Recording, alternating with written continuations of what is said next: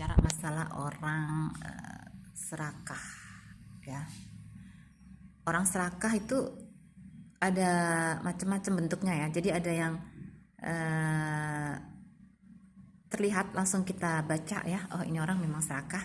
Atau ada juga yang memang tidak terlihat. Jadi orang yang diam-diam sebetulnya dia tuh punya maksud.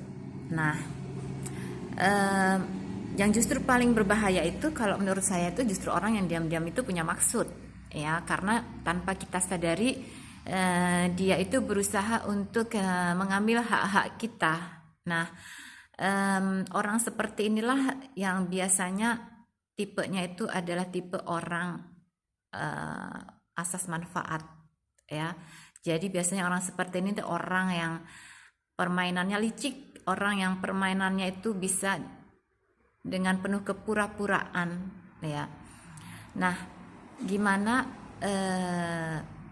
caranya kita menghadapi orang-orang yang tipe serakah, yang bisa terlihat dan juga yang tidak terlihat ya. Tiba-tiba nanti kita seperti terjebak di suatu permasalahan nantinya.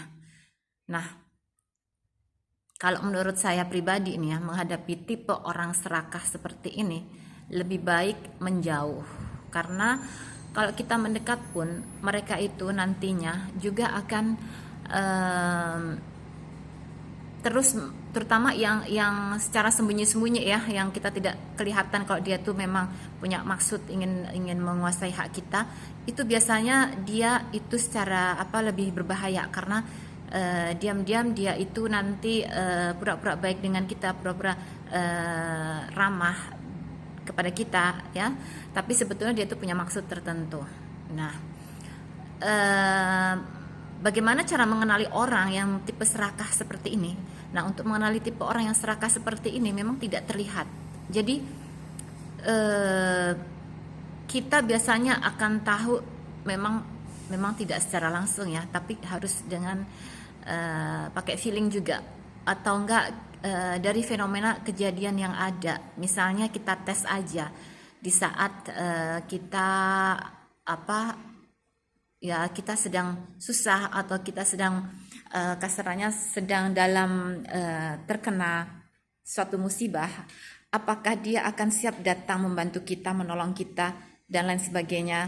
Itu misalnya hanya salah satu contoh, tapi kalian terserah bagaimana cara mengetesnya, karena itu kan masing-masing berbeda ya. Nah, dan itu ngetesnya itu tidak hanya satu saja, mungkin lebih dari 3 ya, untuk kita meyakinkan bahwa ini orang memang benar-benar punya niat baik dengan kita, ataukah memang orang ini punya maksud tujuan tertentu ya. Nah, kalau dengan orang yang tidak terlihat ya, semacam begini, yang punya niat serakah terhadap hak-hak kita, itu memang perlu dites, karena kita nggak akan pernah tahu dan tidak akan pernah menyadarinya ya, karena mereka itu seperti masuk menyelinap begitu ya di kehidupan kita ya kan. Dan dari kejanggalan-kejanggalan ini setelah kita tes, nanti baru kita bisa ambil kesimpulan, dan kalau memang benar kita merasa ada